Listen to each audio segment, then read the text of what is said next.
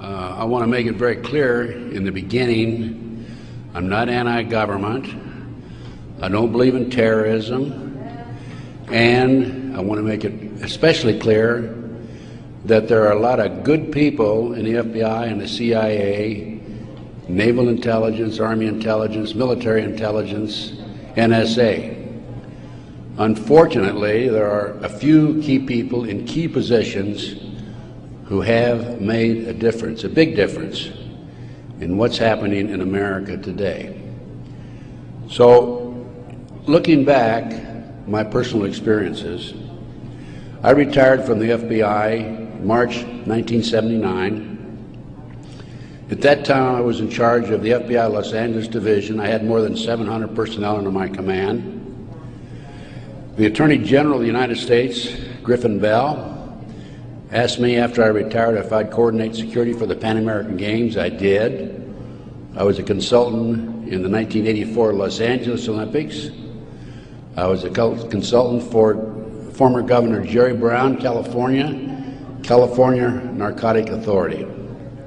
So I do have credentials. My first major and credibility, believe me. Now, if you read the internet, you may not think so, because there are some heavy-duty FBI informants out there like Stu Webb and Barbara Hartwell, who are MKUltra mind control victims, CIA mind control victims, who are making all kinds of disparaging remarks about me. But I don't want to deal with those people, because if you read their material, you'll see that it's designed to discredit people like me, former State Senator John DeCamp, and other leaders who are trying our best to expose what's happening in America today, and actually around the world. Let's go back to 1776, May the 1st. Adam Weishaupt was commissioned by the Rothschild family to set up the goals to control and take over the world with a one world government. Adam Weishaupt came up with 25 goals.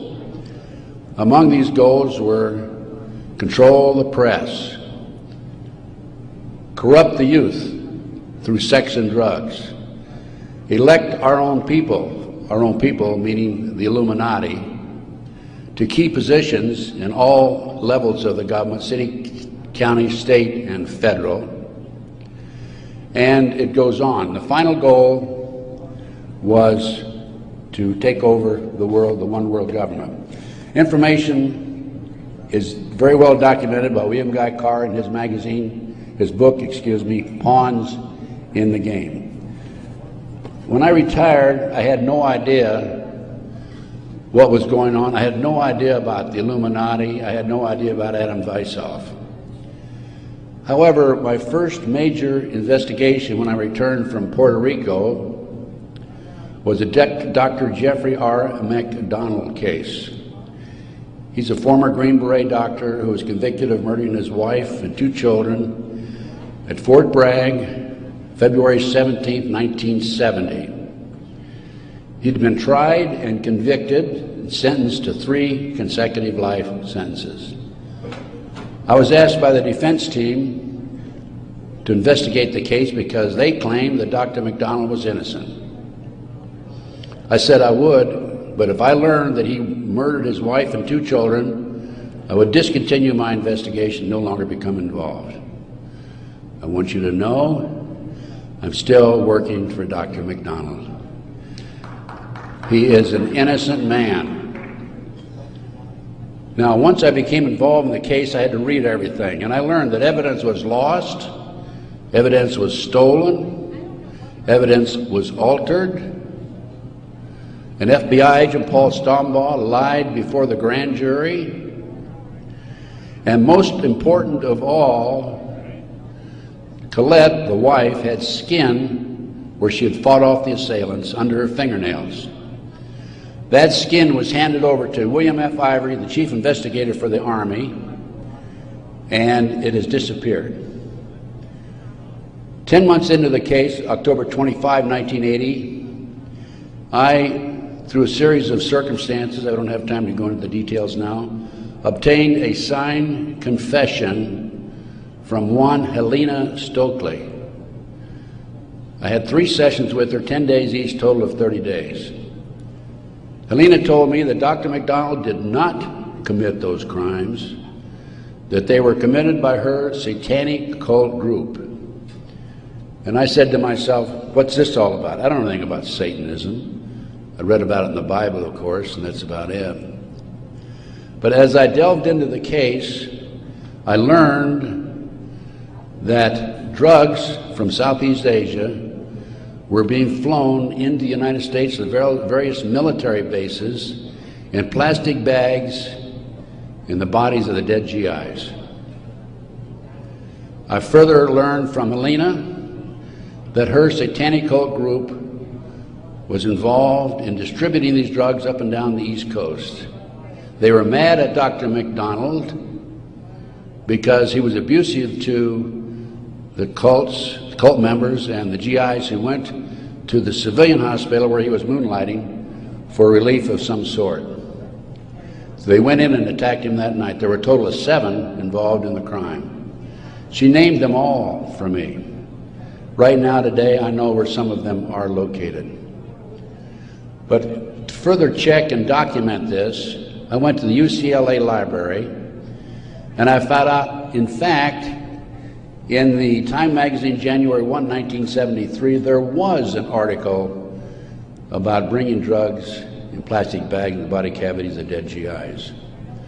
There was no question in my mind Helena was telling the truth.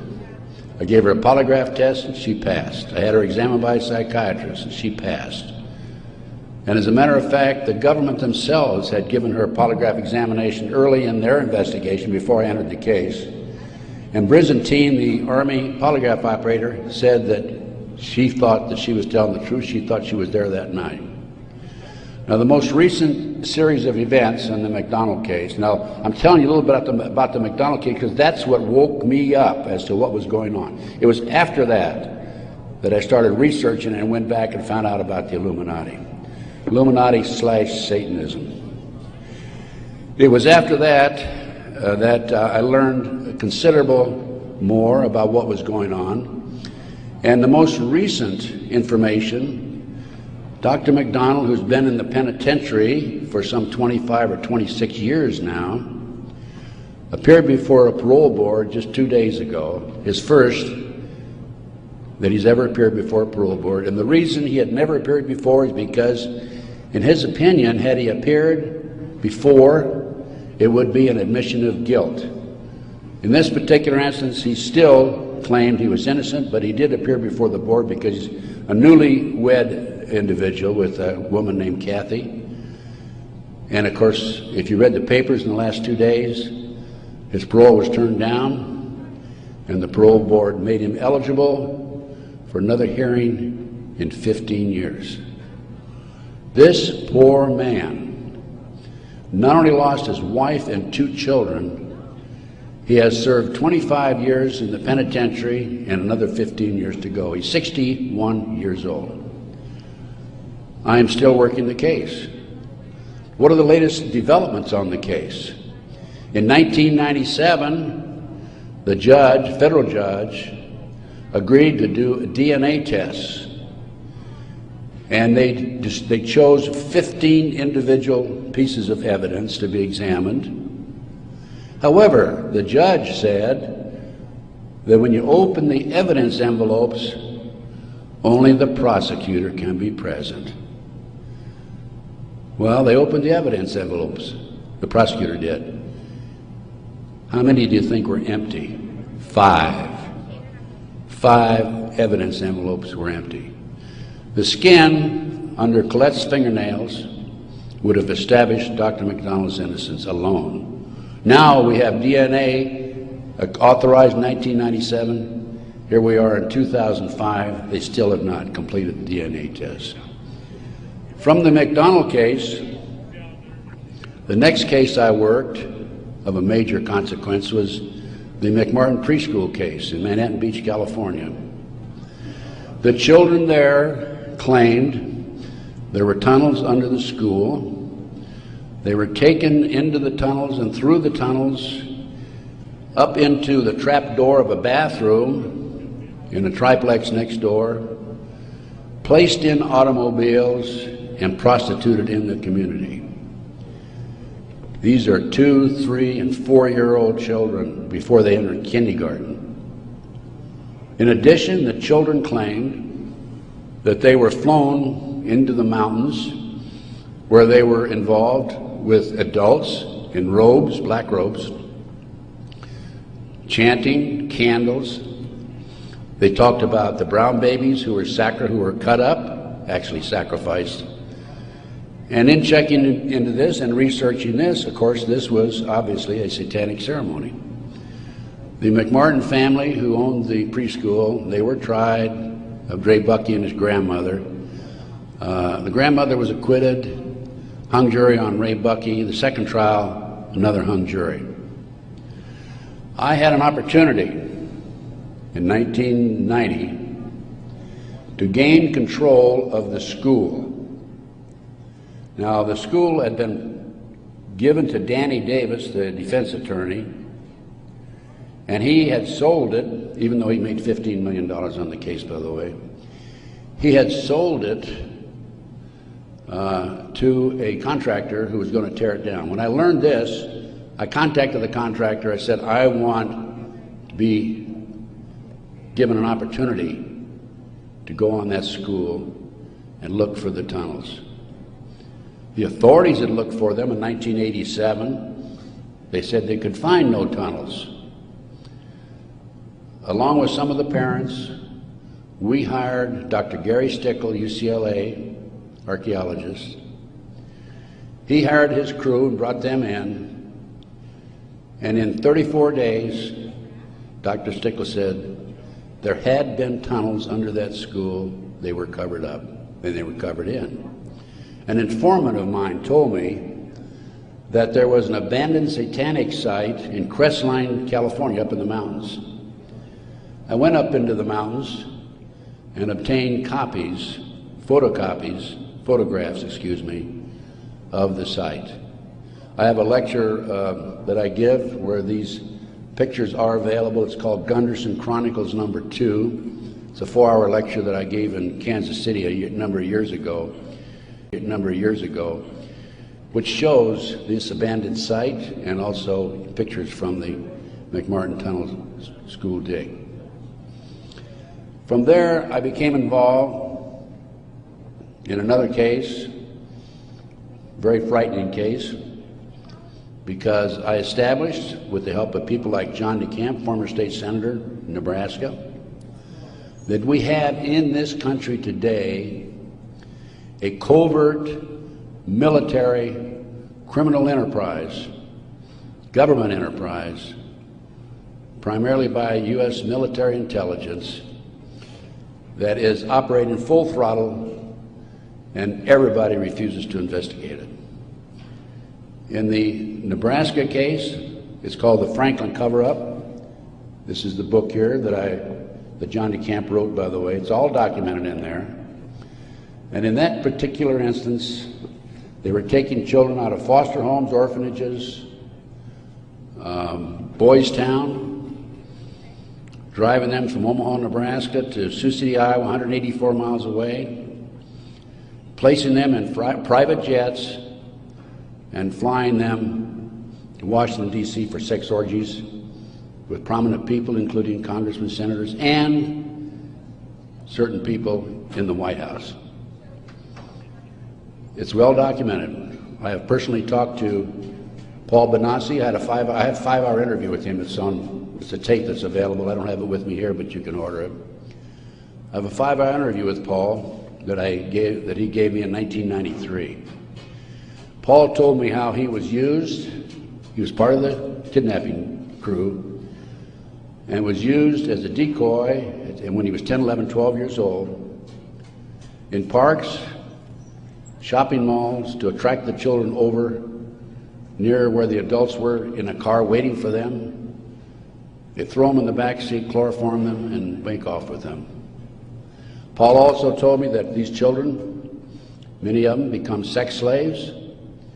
Many of them are used as toys. The boys, they call the boys toys. I don't know what they call the girls. But these degenerate, sick people, the men are more interested in the little boys than they are the girls for some reason. But it's all well documented. Paul drew the inside living quarters of the White House. Now, this information broke in about 1987. That's about right after I entered, just before I entered the case. I replaced a fellow named Gary Caradori, who was the investigator for a Nebraska Senate committee. Gary met the official photographer of the group, who had split from the group, defected, and agreed to take the pictures that this official photographer gave him, and they met in Chicago, agreed to take the pictures back to the committee. He flew out of Chicago in his private plane, a short distance out of Chicago. The plane exploded in midair, and his briefcase has never been found. He and his 11-year-old boy died. His briefcase has never been found. The rear seat of the airplane has never been found. I made every attempt possible to obtain possession of or control of that plane, because I wanted to examine it for bomb chemicals, particularly the back seat. It's no longer available. Nobody knows what happened to it. Gary Caradori was a civilian, yet it was taken to a military base for examination. A deputy sheriff was the first one on the scene. He saw the pictures. He started picking up the pictures.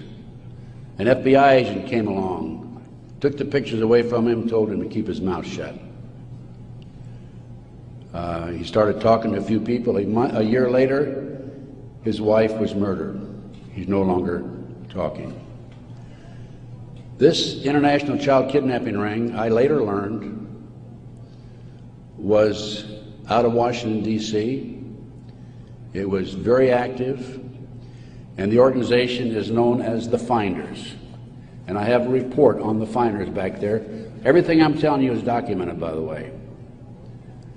The Finders has been established and operating throughout the 1960s up to the present time.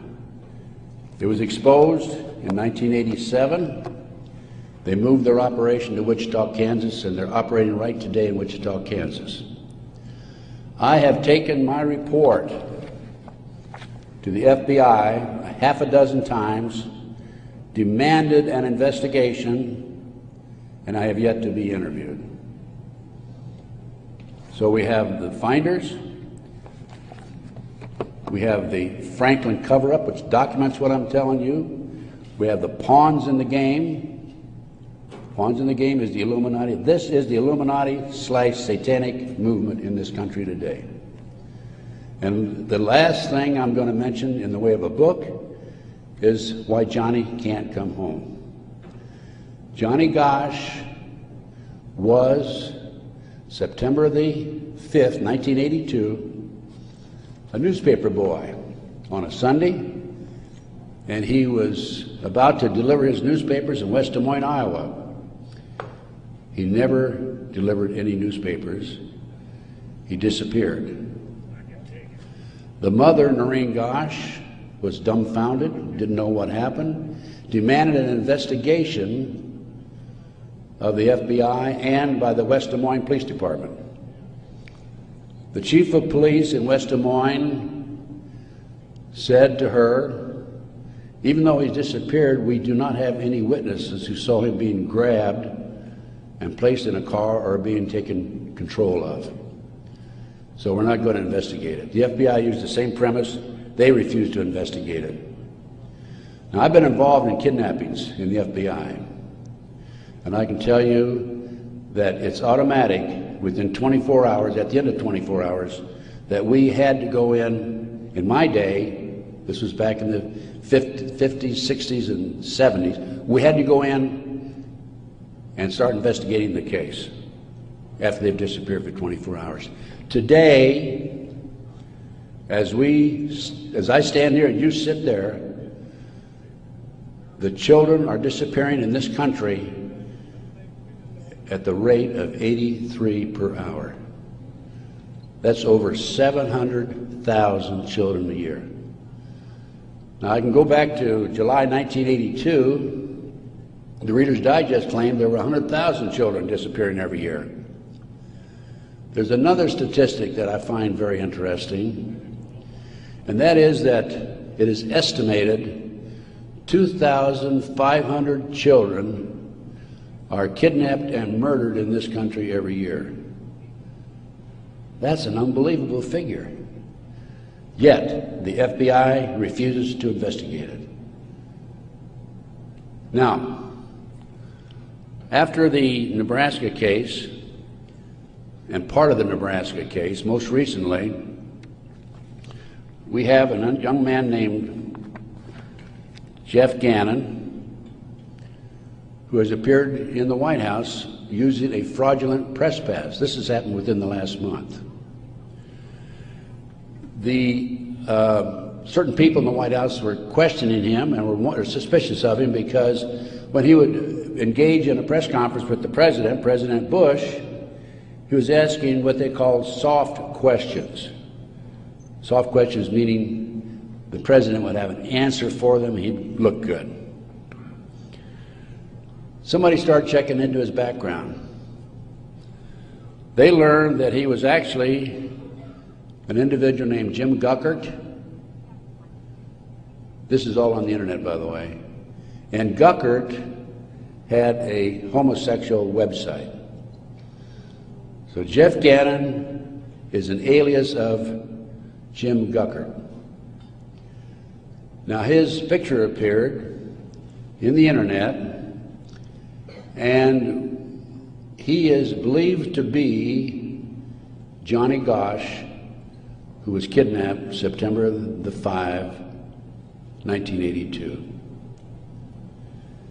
The mother, Noreen Gosch, who wrote this book, Why Johnny Can't Come Home, I have a 2-hour interview with her on video, available again if you want to check my order blank.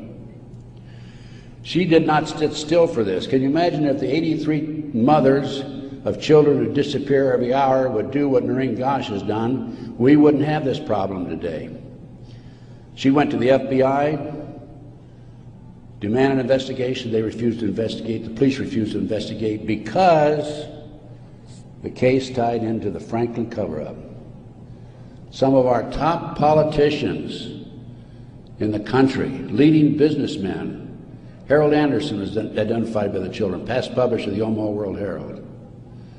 The head of the Nebraska Forestry Service was identified by these children. There 80 children came forward in this Nebraska case. And it goes, as I said, right up to the White House. In 1987, according to Paul Benassi, he was furnishing toys, or little boys, young boys, to the sick people, certain sick individuals, in the White House itself.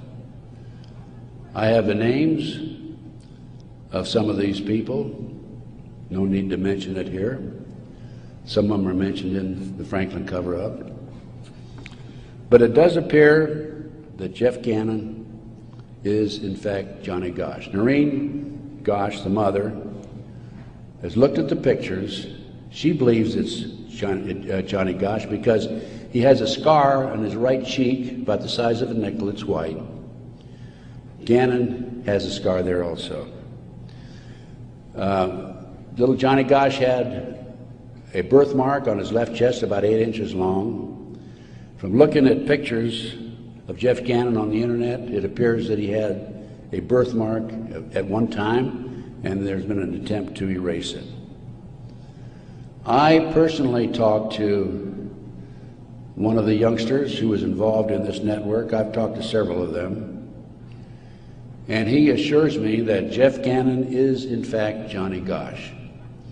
Well, how did Johnny Gosch get from West Des Moines, Iowa, 12 years old, all the way with a phony press pass into the White House as of a few weeks ago? Well, what happened to Johnny is that he was transported from West Des Moines, Iowa to Sioux City. He was placed on a farm for 3 weeks, sexually molested. He was taken to the mountains in Colorado, placed in a cage in a house of some sort, or a cabin, and then later he was used as a sex slave. They didn't kill him, they didn't sacrifice him, although a number of these kids are sacrificed in satanic ceremonies.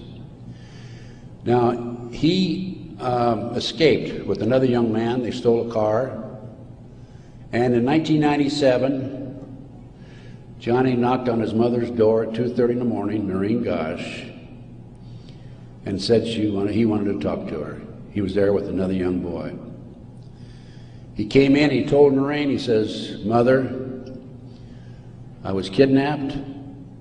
I've been placed in a covert military CIA-controlled, mind-controlled project and used as a sex slave." He said, "I can't come forward at this time because they will kill me." And then he left. Noreen says that's the last time she talked to him, 1997. Now, several years after that, a girl named Burns, who was a producer for 2020, decided to do a story on the Johnny Gosch kidnapping and the Nebraska case. And she interviewed me. In fact, I spent 5 days with her, gave her the benefit of all my research, which is available to you folks also. And then she got a lead that Johnny was hiding out on an Indian reservation in northern Minnesota. She went there and flushed him out, and he basically went into hiding, and now he shows up at the White House. He was a mind control victim. If you don't know anything about MKUltra mind control program, it came into this country through the German scientists after World War II. They were involved with the Nazis during the war and prior to World War II in developing robots and individuals to be used on command for anything that they wished, including assassinations and other nefarious activity. The MKUltra program, CIA mind control program, was investigated by Congress in 1987. Congress said, CIA, you got to quit doing that. You're bad boys. And they said, we will quit. Don't kid yourself. It's very active today. There are people like Barbara Hartwell out there who are mind control victims. She's another one who's been bashing me. I must be doing a pretty good job because I wouldn't have these people criticizing me on the internet like they do. And of course, it doesn't bother me in the least. But going back to the Nebraska case and MKUltra, a lot of this training took place at Offutt Air Force Base in Omaha, Nebraska, which was Strategic Air Command headquarters. You recall after 9/11, the president flew to, I think it was to the south, someplace in Louisiana or New Orleans, and then he flew to Offutt Air Force Base in the afternoon of September the 11th, 2001, and they had a party there that morning at 9:30 in the morning. He missed the party. He was sorry he missed the party. Warren Buffett was there, by the way. And the MKUltra program has been very actively administered, not only at Offutt Air Force Base, at Fort Bragg, North Carolina, the place where Dr. McDonald's family was slaughtered in 1970. Now, the Nebraska case, I don't want to leave that without telling you that in the early 1990s, Yorkshire TV came to the United States with a camera crew for 7 months to do a documentary on it. They went back to England, produced the documentary, and they brought it over into the United States. It was listed in the TV guide to be aired on May the 3rd, 1994. When certain members of Congress found out about it, they threatened the cable industry with restrictive legislation Somebody anonymously bought up the rights to the videotape or the documentary and ordered all copies destroyed. I just happen to have a bootleg copy of that documentary, and it is available. I have been selling these and these books and getting this report out of mine to anybody that's interested in it. And by the way, I have a 5-package deal for you at about a 15% discount, 15 to 20% discount if you buy all 5 items. So about 6 months ago, as any good investigator would do, I said, I'm going to get a copy of that TV guide. I didn't have a copy. John DeCamp had one at one time, couldn't find it. That's typical of John, by the way. Good friend, great guy. And so I said, I'm going to get my own copy. So I wrote to TV Guide people, and I received a copy of the TV Guide for May 3rd, 1994. 10 p.m. Discovery Channel. It's not listed. A nature show is listed instead on the new reprinted edition. I'm not going to be outfoxed by these people. I went to the Los Angeles Times TV log. It's listed, Conspiracy of Silence. I called a friend of mine in Philadelphia, and I said, check the TV log for the Philadelphia Inquirer. Conspiracy of Silence is listed in the Philadelphia Inquirer. The power of the press. They changed and reprinted the whole TV guide. It never has been shown publicly in the United States, and I doubt if it ever will be shown publicly. But as I said, it is available to you. Now, that's not the end of the story for me, because I am continuously probing, continuously working, continuously talking to various sources and putting it on paper and documenting and getting the word out. This is the direction that we have to go. Americans, for the most part, are oblivious to what's really going on behind the scenes. One of the things that, in addition to the McDonald case, that got me thinking was the Jack Kennedy assassination. So I checked into that, and by the way, I used to be in charge of the FBI in Dallas, and also I was in charge in Los Angeles after Dallas. So in checking into the Jack Kennedy assassination, I learned, no question about it, that it was a joint hit by the CIA and the Chicago mob. Sam Giancana, head of the La Cosa Nostra in Chicago, 3 days before he was to testify before Congress, was shot and killed, murdered. This encouraged me to do some more checking into some of these national terrorist acts that have taken place and other cover-ups in the United States. I interviewed the naval intelligence officer who on December 4th, 1941, received information that the Japanese were going to bomb Pearl Harbor. We had broken the secret code of the Japanese. He told me personally, on December the 4th, he gave it to his superiors. They passed it up the line. After Pearl Harbor, he was subpoenaed to testify before Congress. His boss called him in and said, don't worry about it, don't respond to the subpoena. Someday you'll know why. He never did testify before Congress. And he recently passed on, by the way. So we have not only a cover-up in these other areas, but looking at the national picture, Pearl Harbor. And look at Waco. The military was involved in destroying and shooting and killing, and also the FBI, women and children in Waco.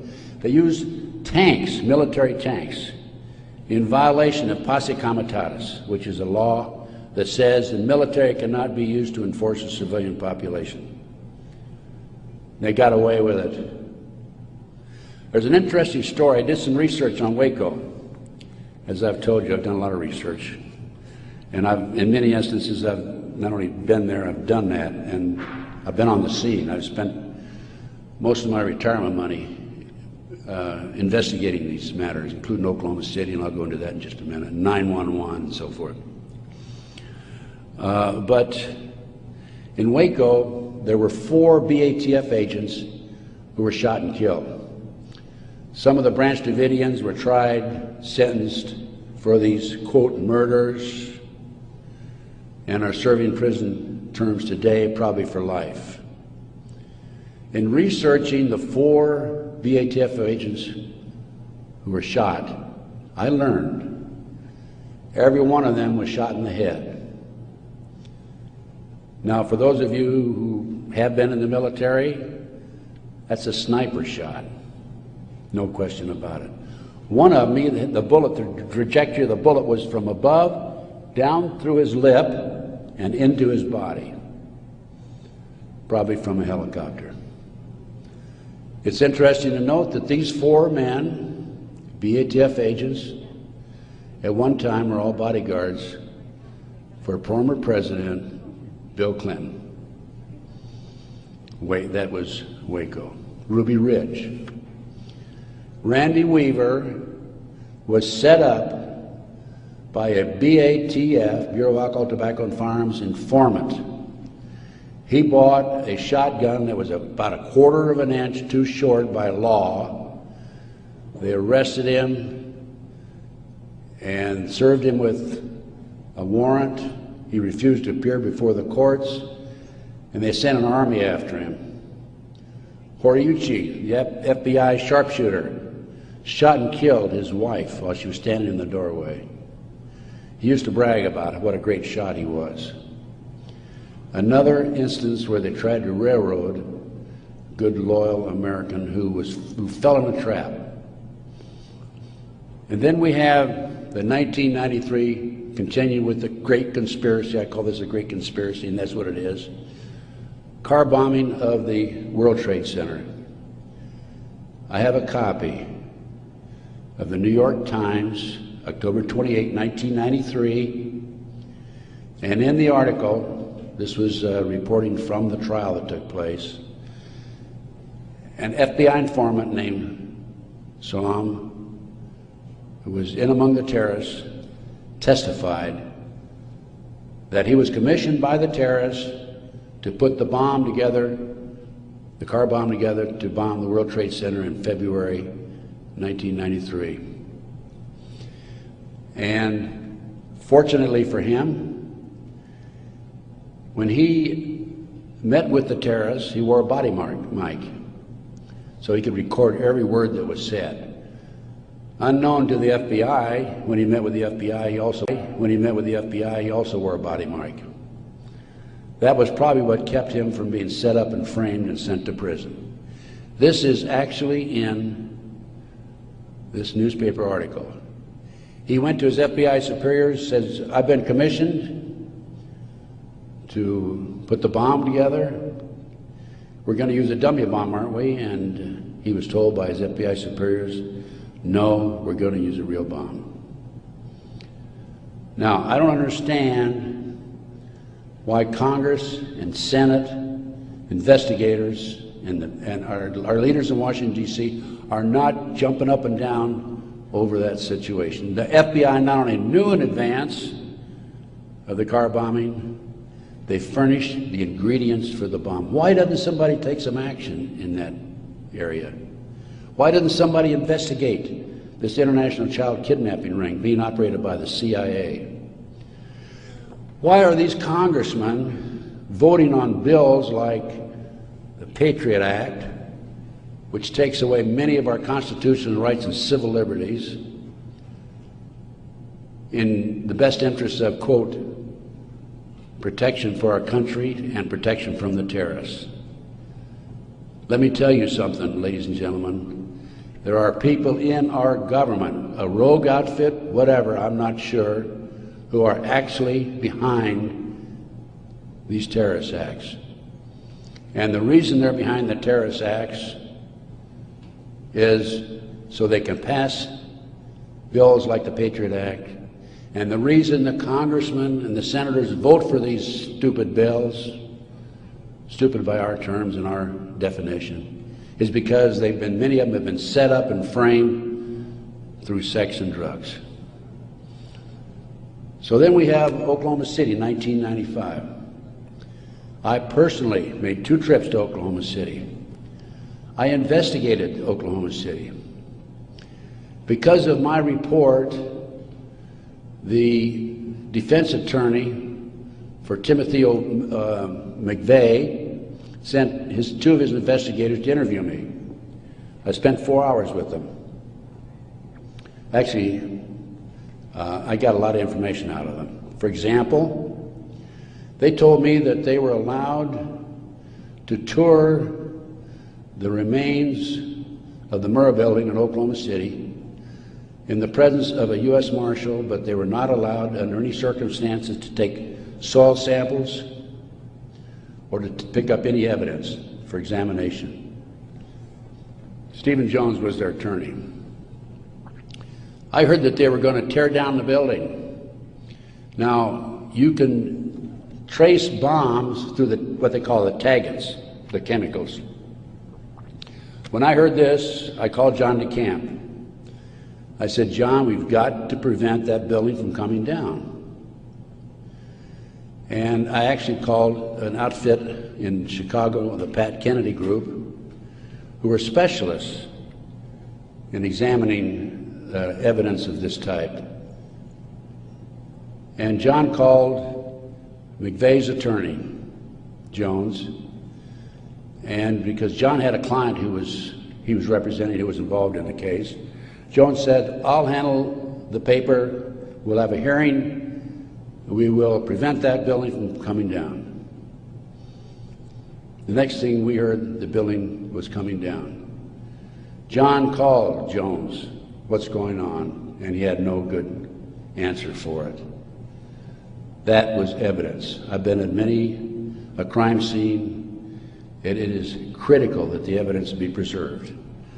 That was a huge cover-up. McVeigh wrote a letter to his sister.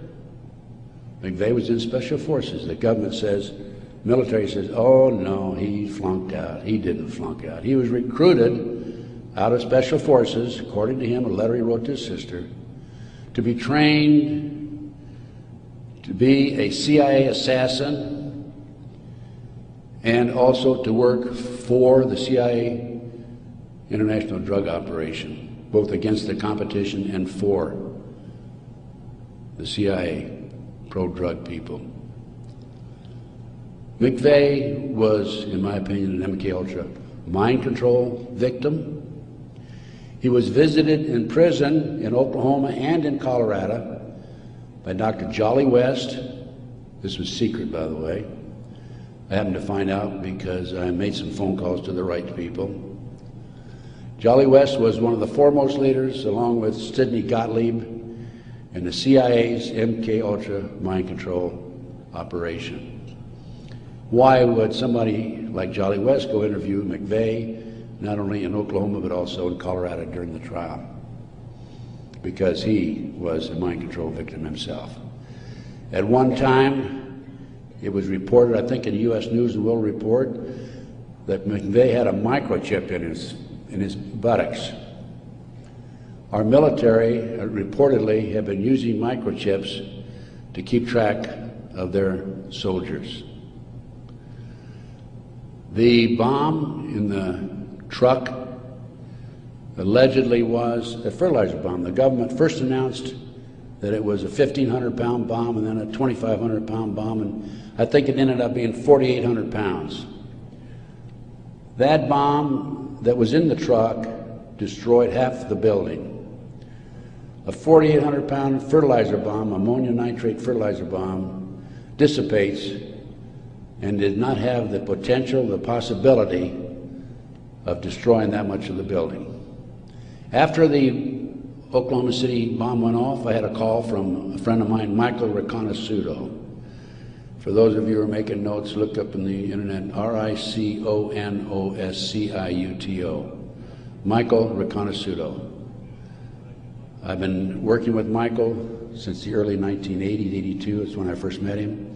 He was a CIA agent, operative for some 2 decades. He was also an FBI informant at one time. His father owned the Hercules Manufacturing in Silicon Valley, California. Hercules Manufacturing developed what is known as the electro-hydrodynamic gaseous fuel device, which is a highly classified bomb. The bomb was actually manufactured by Dyna Nobel out of Salt Lake City. Now, Michael, in the meantime, is in jail now, right today. In fact, I talked to him yesterday because he started to talk before the Brooks Committee about a very interesting case involving the Promise software. The Promise software was in a computer operation that developed all kinds of intelligence information on you and I and every citizen in America. The Department of Justice leased it for 2 years. At the end of 2 years, they refused to pay Bill and Nancy Hamilton the $10 million they owed them. Then the Department of Justice, through Earl Bryant, past president of United Press International, took that computer and sold it around the world. Sold it to the French, to the English, Israelis, the Canadians. Unknown to these foreign countries, the officials in these foreign countries, there was a trap door in the computer. Very clever, huh? A trap door secretly allowed us, the U.S. government, to retrieve all the information they developed.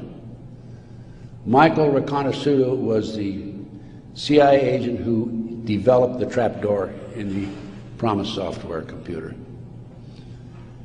And when Congress started to investigate it in the late 1980s, they called on Michael, and we want you to testify. Michael received a threatening phone call 2 weeks before he was to testify. He claimed from a fellow named Vietnix, Peter Vietnix, U.S. Department of Justice, if you testify, you'll be sorry. Michael testified anyway.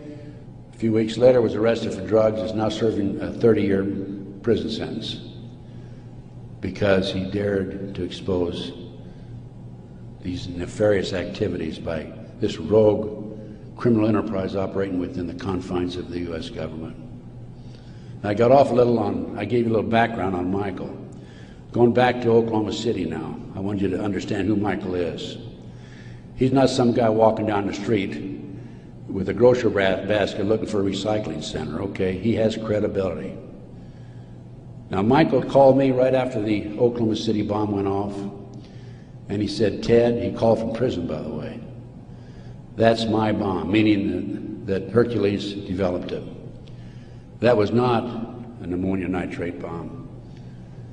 Now, when that bomb was tested in 1982, I happened to be with a group of intelligence agents in Palm Springs waiting for the results of that test. It was tested in Area 51. It was underestimated because the power, it was so powerful that 2 of the technicians died. They underestimated the strength of it. This, I'll call it a barometric bomb. This barometric bomb, according to Michael, was what was in the car, not a fertilizer bomb.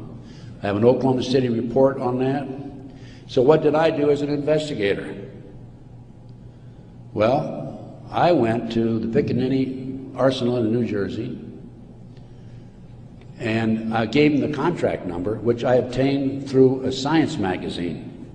One of my associates actually did the research on that. And I gave the Picatinny Arsenal the contract number. This is public, available to the public, by the way. And the Picatinny Arsenal came back and said there's no such contract here, even though I had the contract number. By the way, that's documented in my report. And I went to Dyna Nobel, who I knew manufactured it, and they didn't even bother to respond. It's interesting to note that a Dyna Nobel expert witness testified at the grand jury when they indicted McVeigh. In September of 1995, some 5 or 6 months after the 19th of April, 1995, Oklahoma City, In September, there was I lost my train of thought there for a minute. Oh, there was an article in Fireman's Magazine. It was written by the editor of Fireman's Magazine. The information was obtained from the Oklahoma City Fire Department. And in that article, again, that's in my report, in that article, it states that 4 unexploded devices were taken out of the building. When people were in the building after the bombing, dying, they discontinued the rescue efforts for some 5 hours while they carried out a bunch of government files, men in blue suits of some sort, sweatsuits. So what I'm telling you is Oklahoma City was perpetrated by certainly people other than McVeigh and Nichols, and now Roger Moore, if you read the paper recently, the gun dealer who claims that he was robbed of his guns in Arkansas and that money was used to finance the Oklahoma City bombing. Roger Moore has been accused by Terry Nichols of being involved in it. Roger Moore denies it. Roger Moore, at the time of the Oklahoma City bombing, was an FBI informant. I had an inside investigator in Oklahoma City tell me that there were at least 11 other individuals involved in Oklahoma City. Okay, that brings us up. We've gone through Pearl Harbor, Waco, Ruby Ridge, car bombing 93, Oklahoma City 95. That brings us up to 9/11. As I said, Michael's in prison. I'm his, quote, investigator of record, which means I'm like an attorney. I should have access to him on a regular basis. I represent this man. For a year prior to 9/11, actually a year and a half, I tried to get in and see Michael. He was in prison in northern Pennsylvania. I was in the Philadelphia area. The Bureau of Prisons would not allow me to see him. I finally was able to talk to Michael in January 2003. I flew to the East Coast, spent 3 days with him. Michael told me that he had developed information from among his contacts in advance of 9/11 that they were going involved in using missiles, airplane missiles, and they were going involved in skyjackings. They were training Arab terrorists, and also he knew the identity of the person in the United States, an Arab who lived in Paterson, New Jersey, who was the leader of terrorist activity by the Arabs in this country. Now, Michael had this information because, you're saying, how can Michael develop this information being in prison? Because I met with Osama bin Laden, along with Michael, along with the State Department representative in the spring of 1986. At that time, I was contacted by former top Ronnie Reagan official who said, can we help the Afghan rebels? They were our friends then. And I called Michael, I said, what do you think? And he said, let's meet. So there was a fourth fellow there. We didn't know at the time it was Osama bin Laden. Has actually used the name Tim Osman, traveling under Turkish passport. But because of Michael, I passed the ball to him. I just arranged for the meeting and went on. But Michael traveled all over the world putting this package together to furnish the Afghan rebels with the surface-to-air missiles that defeated the Soviets, really shot down their helicopters. As a result of this, Michael developed sources inside the Arab world. And that's how Michael knew in advance about 9/11. Michael told the FBI on March the 20th, 2001, about this plan to use skyjack airplanes and use them as missiles. He also furnished to the FBI one of his sources, one of his confidential sources inside the Arab group. The FBI interviewed him, threatened him with prosecution, and deported him. That man, along with his family, have disappeared. We think that they're dead. The FBI refused, absolutely refused, to look into this situation. More shocking is that Michael had the names of the people who were obtaining the false names of the people, the Arabs who were obtaining false passports. Had their names. He had the source who could furnish him that information. He told FBI agent Keith Kutry, March 20th, 2001, excuse me. He told Kutry, he says, I'll give you these names, the name of this person who is coordinating the whole project for the Arabs, providing I be given immunity and he be given immunity. Mr. Kutry, in spite of the fact he was armed with this information 6 months prior to 9/11, came back 2 days after 9/11 on the 13th and saw Michael in prison again.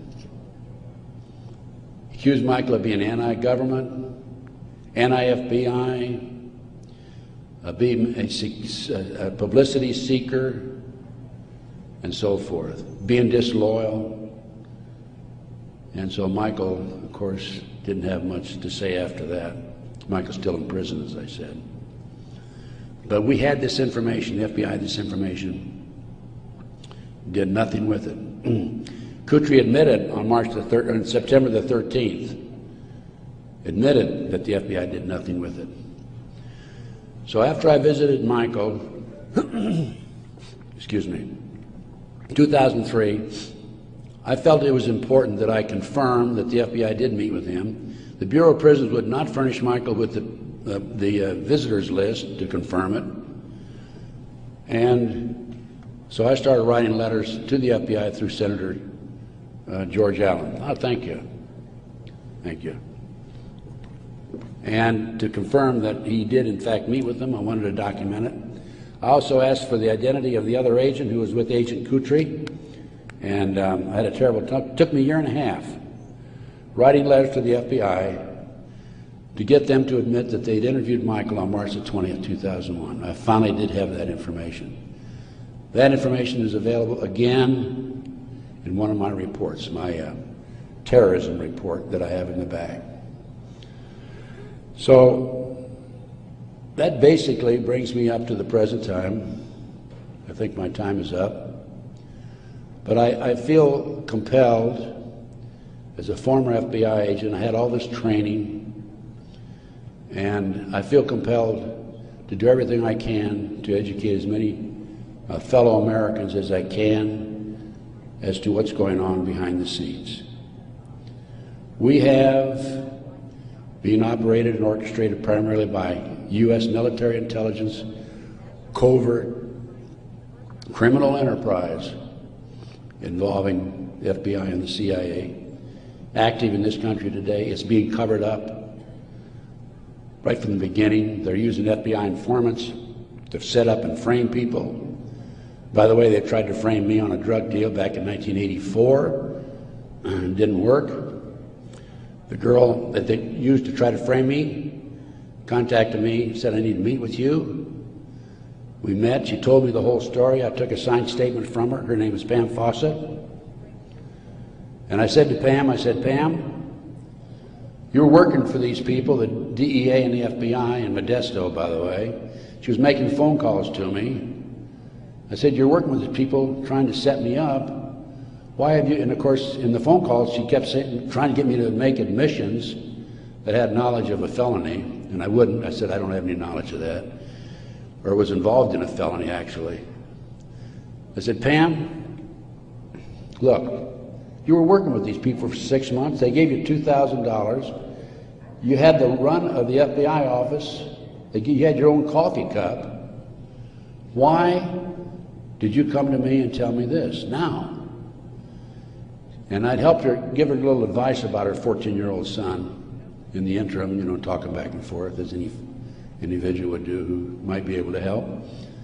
And she said, Ted, I woke up the other morning and I realized you're the only honest son of a bitch I've talked to in 6 months.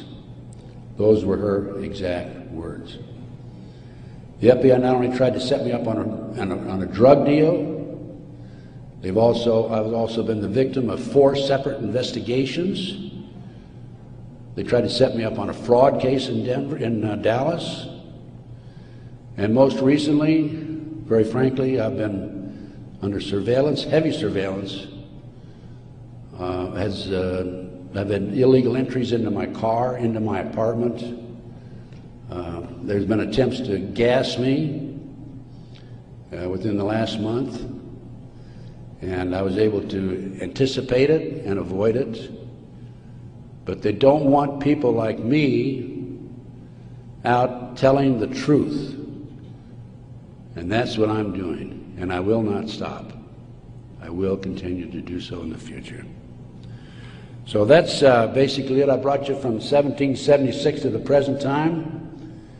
We went through one conspiracy after another. Brian Gimble was interviewing Jim Nichols, Terry Nichols' brother, on national TV after the Oklahoma City bombing, by the way. And I had given Jim Nichols my Oklahoma City bombing report.